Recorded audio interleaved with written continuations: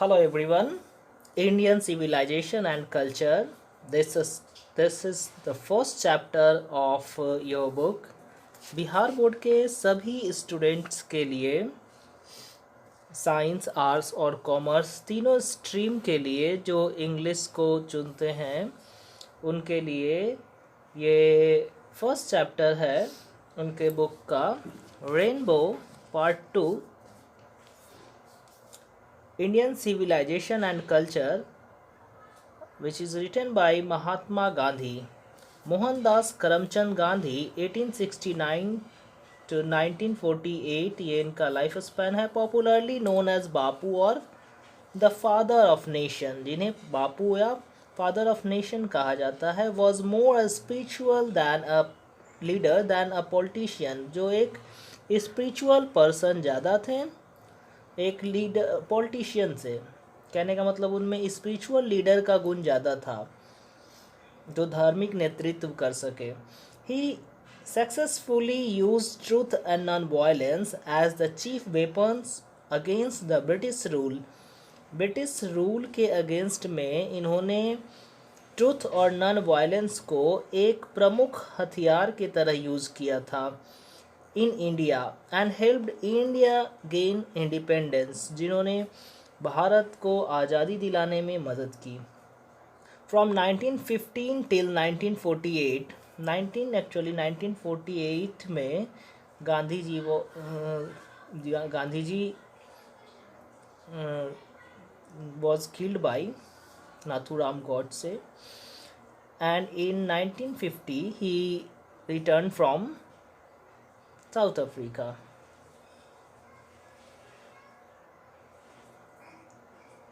He completely dominated Indian politics. इन्होंने इस समय में 1915 से लेकर 1948 तक भारत की राजनीति को पूरी तरह से प्रभावित किया, डोमिनेट किया. He died at the hand of a fanatic. तो इनकी मृत्यु 30 जनवरी 1948 को एक फैनेटिक के हाथों हुई. मीन्स फैनेटिक का मतलब जो ऑर्थोडॉक्सिक है, धर्मांध जिसको कह सकते हैं. His autobiography my experience with truth and the numerous article that he wrote for Young India. उन्होंने बहुत सारी चीज़ माई एक्सपीरियंस विथ ट्रूथ और बहुत सारे आर्टिकल लिखे यंग इंडिया के लिए. And the speeches that he delivered, जो स्पीचेज उन्होंने दिया ऑन डिफरेंट ओकेज़न, अलग अलग अवसर पे, reveal him not only as an original thinker. वो बताता है, रिवील करना मतलब बताना, बताता है या राज खोलना कि वो केवल ओरिजिनल थिंकर नहीं थे but also a great master of chest. वो एक पवित्रता की एक मूर्त थे. ग्रेट मास्टर ऑफ चेस्ट का मतलब पवित्रता की मूर्त कह सकते हैं. आइडियोमैटिक इंग्लिश मीन्स अगर हम मुहावरे में कहें. इन द फॉलोइंग एक्सट्रैक्ट, इस एक्सट्रैक्ट में, एक्सट्रैक्ट का मतलब है उनके ही एक स्पीच से ये निकाला गया है, लिया गया है. The Indian civilisation and culture. Indian civilisation and culture. Gandhi ji talks about the sound foundation of India. Gandhi ji Bharat के मजबूत नींव जो है सिविलाइजेशन की, उसके बारे में इसमें बात करते हैं. Which has successfully with stood the passage of time. समय अनेकों समय बीत गए, काफ़ी समय बीत गए और ये विथ स्टूड का मतलब ये खड़ा है. हमारा जो सिविलाइजेशन है सक्सेसफुली, पूरी सफलता के साथ. The western civilization which has the tendency to privilege materiality cannot match the Indian civilization that elevate the moral wings. तो भारतीय सभ्यता की तुलना हम भी जो वेस्टर्न सिविलाइजेशन है उससे नहीं कर सकते हैं, क्योंकि वेस्टर्न सिविलाइजेशन वो प्रिवेल करता है मटेरियलिटी को. मतलब मटेरियलिटी का मीनिंग हुआ भौतिकता को, जो दुनियादारी में लिप्त है. लेकिन भारत की जो सभ्यता है वो इलिवेट करता है, मतलब बढ़ाता है मोरल बीइंग को, मीन्स नैतिकता को. नैतिकता पे ज़्यादा फोकस करता है भारत का जो सिविलाइजेशन है। Let's start. I believe that the civilization India has evolved is not to be beaten in the world। तो मैं भी विश्वास करता हूँ कि the civilization India has means Bharat की जो सिविलाइजेशन है, सभ्यता है, इवॉल्व्ड विकसित हुई है, is not to be beaten in the world, जिसे संसार की कोई भी सभ्यता पीछे नहीं कर सकती है, बीट नहीं कर सकती है। नथिंग कैन इक्वल, इसके बराबर कोई नहीं, कुछ नहीं है। Nothing can equal the seed shown by the ancestor, जो बीज हमारे पूर्वज लोग बो के गए हैं। रोम वेंट मीन्स रोम की कल्चर बर्बाद हो गई। ग्रीस शेयर्ड सेम फेट, और ग्रीस के किस्मत में भी यही आया बर्बादी। The might of pharaohs was broken, तो पराहो की शक्ति भी बर्बाद हो गई। पराहो वो राजा था पुराने समय में, चीन का राजाओं को कहते हैं। जापान हैज़ बिकम वेस्टर्नाइज्ड, और जापान धीरे धीरे जापान का पश्चिमीकरण हो गया, मतलब वो पश्चिमी सभ्यता की ओर चले गए। Of China nothing can be said, और चीन के बारे में भी कुछ नहीं कहा जा सकता है। बट इंडिया इज स्टिल, लेकिन भारत अभी भी समहाउ और द अदर, किसी न किसी तरह से साउंड एट द फाउंडेशन, अपनी नींव पर मजबूती से खड़ा है। The people of Europe learn their lesson, जो यूरोप के लोग हैं वो सीखते हैं from writing of the men of Greece और रोम, तो जो रोम के लोग या ग्रीस के लोग लिखते हैं उसी से यूरोप के लोग सीखे। विच एग्जिस्ट नो लॉन्गर, तो रोम और ग्रीक की जो सभ्यता रही ही नहीं, तो यूरोप की सभ्यता का क्या कहना। इन देयर फॉर्मर ग्लोरी, वो अपने फॉर्मर ग्लोरी में नहीं रह सके, मतलब जो प्रारंभिक उनका जो ग्लोरी था, जो चमक था, उसमें नहीं रह सके।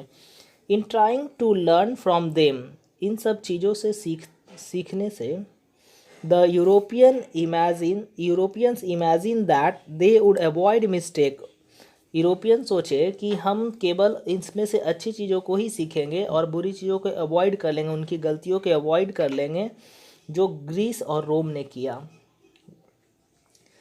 सच इज़ देयर पिटिबल कंडीशन, इतनी दयनीय स्थिति है उन लोगों की। पिटिबल कंडीशन मीन्स दयनीय स्थिति है उन लोगों की, सभ्यताओं की। In the midst of all this, इन सब के बीच इंडिया रिमेन इमूवेबल, भारत अविचलित रहा। And that is her glory, और यही इसकी महानता है। It is a change against India, it is a charge against India that her people are so uncivilized, ignorant and stolid।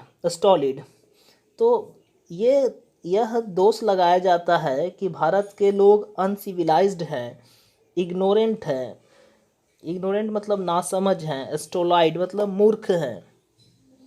That is not possible to induce them to adopt any change, कि उनके अंदर कोई भी परिवर्तन नहीं लाया जा सकता। इंड्यूस करना मतलब किसी चीज़ को अंदर डालना, तो भारत के लोगों में कुछ परिवर्तन नहीं डाला जा सकता है या परिवर्तन नहीं किया जा सकता है। It is a charge really against our merit, और वास्तविकता में हमारे गुण को एक दोष के रूप में दिखाया गया है। इट इज़ अ चार्ज, हमें को एक चार्ज लगा इसके लिए, हमारे दोस्त गुण थे उनको हमें दोस्त के रूप में दिखाया गया। What we have tested and found true on the anvil of experience, हमने जो अपनी एनविल ऑफ एक्सपीरियंस मतलब परखने का जो औजार था, उस पर जब मैंने इस चीज़ को टेस्ट किया तो मैंने यह पाया। वी डेयर नॉट चेंज, हम लोगों बदलने की हिम्मत नहीं करते हैं।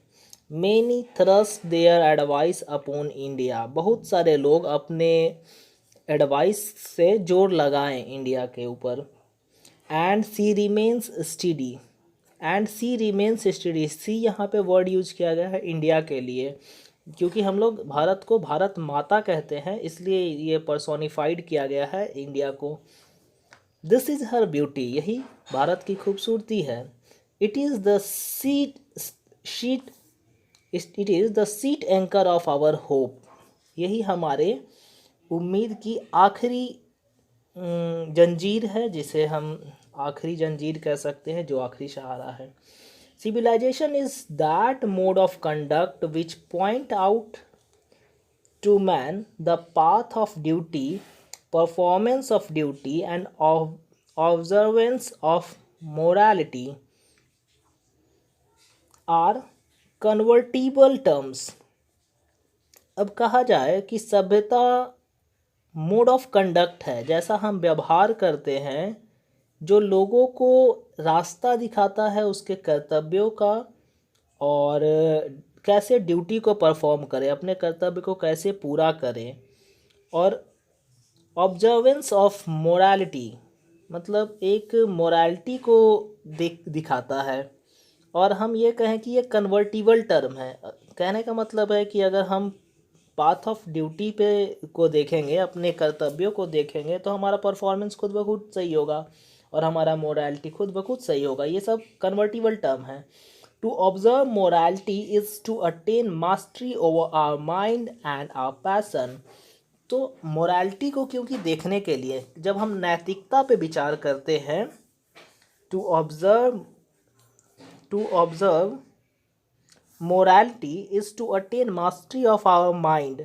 तो जब हम नैतिकता पे विचार करते हैं तो हमें अपने मस्तिष्क के माइंड पर और अपने पैशन पे मास्टरी करना होता है। जब तक हम अपने अंदर जो पैशन है हमारे और हमारे माइंड के ऊपर जब तक हम अपना कंट्रोल नहीं बनाएंगे, तब तक हम मोरालिटी की बात नहीं करते हैं, क्योंकि मोरल व्यक्ति वही है जो खुद पे कंट्रोल रखे। So doing we knew our self, हम लोग खुद को जानते हैं। The Gandhi ji the Gujarati equivalent for civilization means good conduct. तो ये गांधी जो गुजराती हैं, equivalent for civilization means good conduct, वो समझते हैं कि सभ्यता का मतलब ही होता है अच्छा व्यवहार। गुड कंडक्ट मीन्स अच्छा व्यवहार। If this definition be correct, अगर ये बात सही है, then India as so many writers have shown, जैसा कि अलग अलग लेखकों ने दिखाया है, has nothing to learn from anybody else, को इंडिया को किसी से कुछ सीखने की ज़रूरत नहीं है। And this is as it should be, क्योंकि यह वैसा ही है जैसा इसे होना चाहिए। We notice that the mind is restless word, हम लोगों ने पहले ही समझ गए थे कि माइंड जो है एक बेचैन पंछी की तरह है, रेस्टलेस वर्ड की तरह है। The more it get the more it want, जितना हम इसे देंगे उतना ये चाहेगा। एंड स्टिल रिमेन्स अनसेटिस्फाइड, और फिर भी ये सेटिस्फाइड नहीं होता। The more we indulge in our passion, जितना ज़्यादा हम इंडल्ज होंगे, मतलब रुचि लेंगे, इंटरेस्ट लेंगे अपने पैसन में, द मोर अनब्राइडल दे बिकम, तो इतना ही ज़्यादा ये अनब्राइडल हो जाएगा। द मोर अनब्राइडल मीन्स अनकंट्रोल्ड हो जाएगा। द मोर अनब्राइडल दे बिकम, कहने का मतलब है जब हम पैसन को बहुत ज़्यादा बढ़ावा देते हैं तो ये अनकंट्रोलेबल हो जाता है। Our ancestors therefore set a limit in our indulgence, इसीलिए हम लोग किसी चीज़ में कितनी ज़्यादा तल्लीनता दिखाए, कितनी ज़्यादा उसमें बिजी हो जाए, या फिर कितना किसी चीज़ के लिए पैशन हो, किसी चीज़ को कितना चाहें, सभी एक ही बातें हैं। हमारे एंसेस्टर पहले ही उसके लिए लिमिट फिक्स कर दिए थे। They saw that happiness was largely a mental condition. Largely a mental condition. कि खुशी जो है एक बड़े तौर पे मेंटल कंडीशन है। कहने का मतलब है कि बहुत ज़्यादा खुशी के पीछे भी नहीं भागना है, हैप्पीनेस के पीछे भी बहुत ज़्यादा नहीं भागना है, वो एक मेंटल कंडीशन है। Sorry, mental condition, I am really sorry, it's mental.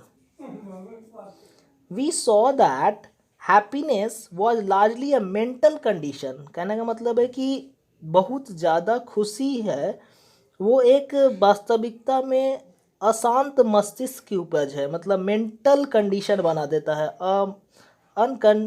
Unbalanced mind कह सकते हैं उसको। A man is not necessarily happy because he is rich. बहुत बड़ी बात है कि इंसान इसलिए नहीं खुश होता है कि वो अमीर है, और unhappy because he is poor, और इसलिए वो दुखी भी नहीं होता है क्योंकि वो गरीब है। The rich are often seen to be unhappy. ऐसा भी देखा गया है कि काफ़ी लोग जो अमीर हैं वो नाखुश हैं, उदास हैं। The poor to be happy, और गरीब है वो बहुत खुश हैं। Millions will always remain poor. करोड़ों लाखों लोग हमेशा गरीब रह जाते हैं। ऑब्जर्विंग दिस ऑल दिस, ये सबको देखकर आवर एंसेस्टर डिसयूडेड, आवर एंसेस्टर ने वो पहले ही एडवाइस दे दिया था। डिसयूडेड मीन्स एडवाइस दिया था। Us from, dissuaded means advice, किसी चीज़ के विरुद्ध एडवाइस देना। Our ancestor dissuaded us from luxury and pleasure, कि बहुत ज़्यादा लग्जरी और प्लेजर में इंडल्ज नहीं होना है। फॉरबिडन, जिसको फॉरबिड कहते हैं ना, मना करना, तो हमारे एंसेस्टर पहले से ही ये डिसयूड कर चुके थे या फॉरबिड कर चुके थे, मना कर चुके थे कि बहुत ज़्यादा लग्जरी और प्लेजर के पीछे, आराम की ज़िंदगी या सुख के पीछे नहीं भागना है। We have manage with the same kind of law as existed thousands of year ago. हम लोग आज भी उसी चीज़ को प्लॉ कर रहे हैं, मतलब जोत रहे हैं। खेत जैसे जोता जाता है, प्रिपेयर किया जाता है सॉइल, तो उसी तरह से हम आज भी वही उसी मिट्टी से बने हैं जो हजारों साल पहले हमारे एंसेस्टर ने बोला था। जैसे बोले थे वो वैसा ही आज भी हम चल रहे हैं। We have retained the same kind of cottage that we had in former time and a indigenous means home grown. Indigenous education, जैसे कि घर के जो शिक्षाएं थी, remain the same as before. तो आज भी घर की जो शिक्षाएं हैं वो वैसी ही है जैसा लाखों साल पहले थी, और आज भी हम उसी तरह के घर में रहते हैं। कॉटेज का मतलब छोटा घर होता है, तो कॉटेज में रहते हैं जैसा कि पहले फॉर्मर टाइम में हुआ करता था। We have had no system of life को कोरोडिंग कंपटीशन। तो हम लोग को लाइफ को कोरोड करना मतलब क्षय करना, खराब करना, या कम मतलब डिग्रेड करना, डिग्रेडेशन जिसको कहते हैं, लाइफ को डिग्रेड करने वाला कोई कंपटीशन में हमारा कोई सिस्टम ही ऐसा नहीं है जो लाइफ के को कोरोड करे या उस तरह के कंपटीशन में हिस्सा ले। Each followed his own occupation. तो हर कोई यहाँ पे अपना खुद का ऑक्यूपेशन फॉलो करता है and charged a regular basis, और एक रेगुलर इनकम कमाता है। यहाँ के लोग ज़्यादातर रेगुलर इनकम कमाने में विश्वास रखते हैं। It was not that we did not know how to invent machine, और ऐसा भी नहीं है कि हम लोग ये नहीं जानते हैं कि मशीन कैसे बनाया जाता है, इन्वेंट किया जाता है। But our forefather knew that if we set our heart after such things, तो हमारे फोर फादर जो थे, पूर्वज जो थे, वो जानते थे कि अगर हम अपने हार्ट को मतलब दिल को इन सब चीज़ों के पीछे लगा देंगे, we would become slave and loss our moral fibre means नैतिक गुण, है ना। तो हम अपने नैतिक गुणों को खो देंगे अगर इन सब चीज़ों के पीछे लगा देंगे तो। दे देयरफॉर आफ्टर ड्यू डेलिबरेशन, इसीलिए उन्होंने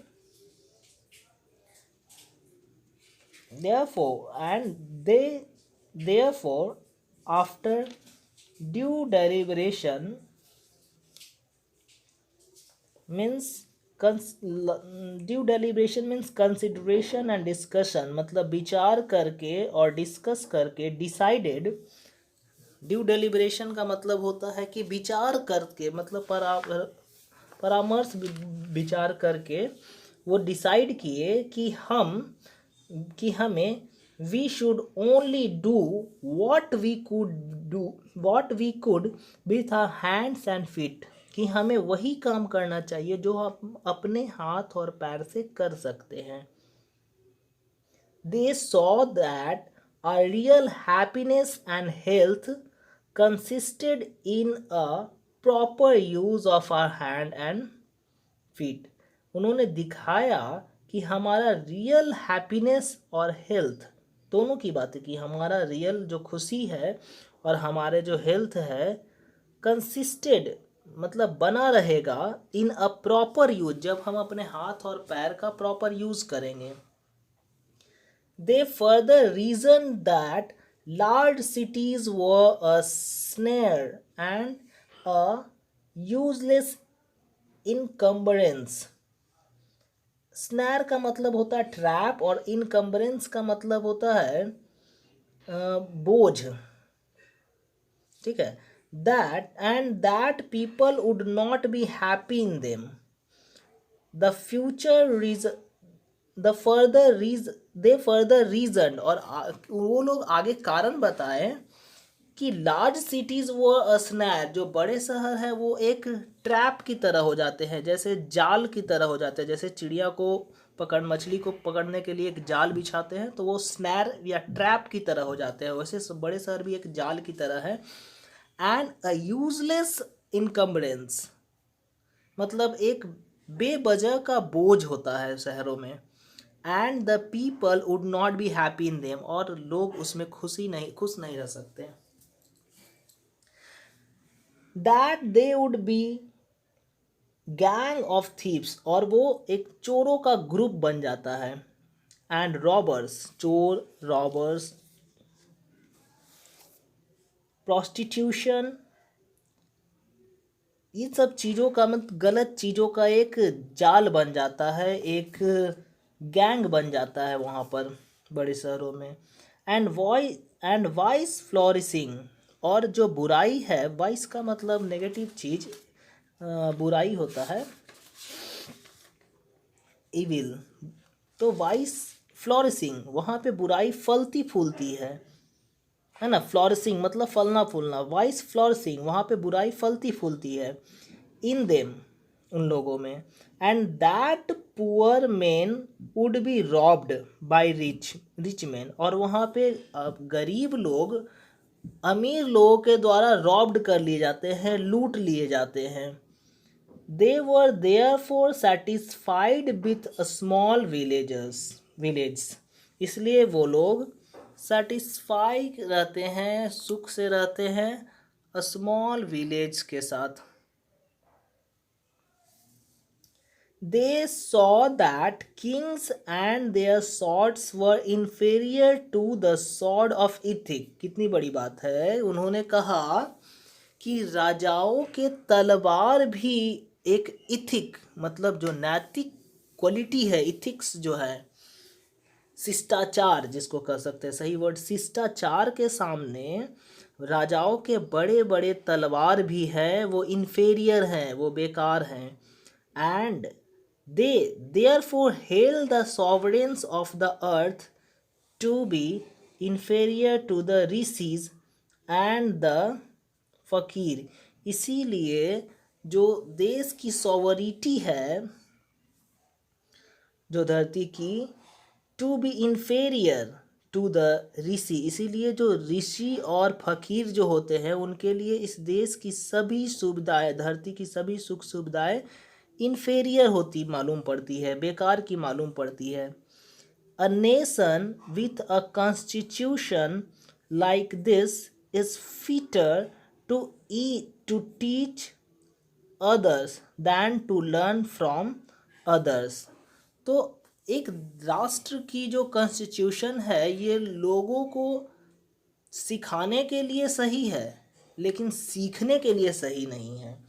लोग इसमें खुद से नहीं सीखते हैं, जैसे गलती करते हैं पहले गलती कराए जाते हैं और फिर उन्हीं को पनिशमेंट दे के सिखाया जाता है, ऐसा कहा जा रहा है। This nation had court, lawyers and doctors, but they were all with bounds। हमारे देश में कोर्ट है, लॉयर्स हैं, डॉक्टर्स हैं, ये सभी हैं लेकिन सब बंधे हुए हैं। they were all within bounds, एक बंधन में बंधे हुए हैं। everybody knew that these professions were not particularly superior, और सभी को जानते हैं ये प्रोफेशन बहुत अच्छा नहीं है, सुपेरियर नहीं है, सबसे अच्छा नहीं है। Moreover these vakils and बैड्स did not rob people, actually में ये लोगों को लूटते नहीं हैं। They were considered peoples dependent, ऐसा माना जाता है कि वो लोगों पर आश्रित है। अगर बीमार नहीं होंगे तो डॉक्टर की कमाई नहीं होगी, वो अगर कोई मुकदमा नहीं होगा तो वकील लोगों की कमाई नहीं होगी। तो ये लोग इन्हीं चीज़ों पर डिपेंडेंट है, लोगों पर डिपेंडेंट है। Not their masters, peoples dependent. They were considered people's dependent, not their masters। वो लोग किसी मास्टर पे डिपेंडेंट नहीं है, वो इन्हीं पे डिपेंडेंट। जस्टिस वॉज टॉलरेबली फेयर, हाँ क्योंकि हम लोग बर्दाश्त नहीं कर सकते अन्याय, इसलिए ये जस्टिस करना पड़ता है। The ordinary rules was to avoid courts. अब देखिए एक सामान्य सी बातें हैं, चोरी नहीं करना चाहिए लेकिन चोरी होती ही है ना, यही बात यहाँ कहा जा रहा है। The ordinary rules was to avoid court, जो हमारे जो घर के विचार हैं, घर के जो नियम कानून है वही सिखा देता है कि हमें चोरी नहीं करनी चाहिए। There were no thoughts to learn people into them. तो कोई बहुत बड़े कानून या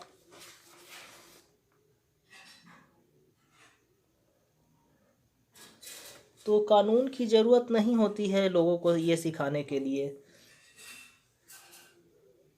this evil too was noticeable only in and around capital. इस तरह की बुराइयां केवल कैपिटल्स में देखने को मिलती है, जहां बड़े शहरों में देखने को मिलती है। The common people lived independently कहने का मतलब है कि साधारणतः लोग जो है, कॉमन पीपल जो है, स्वतंत्र रूप से जीते हैं। फॉलोड देयर एग्रीकल्चर ऑक्यूपेशन, और अपने खेती का जो पेशा है वो करते हैं। They enjoy true home rule, और वो अपने घर के नियमों से ही सारी जीवन को यापन कर ले।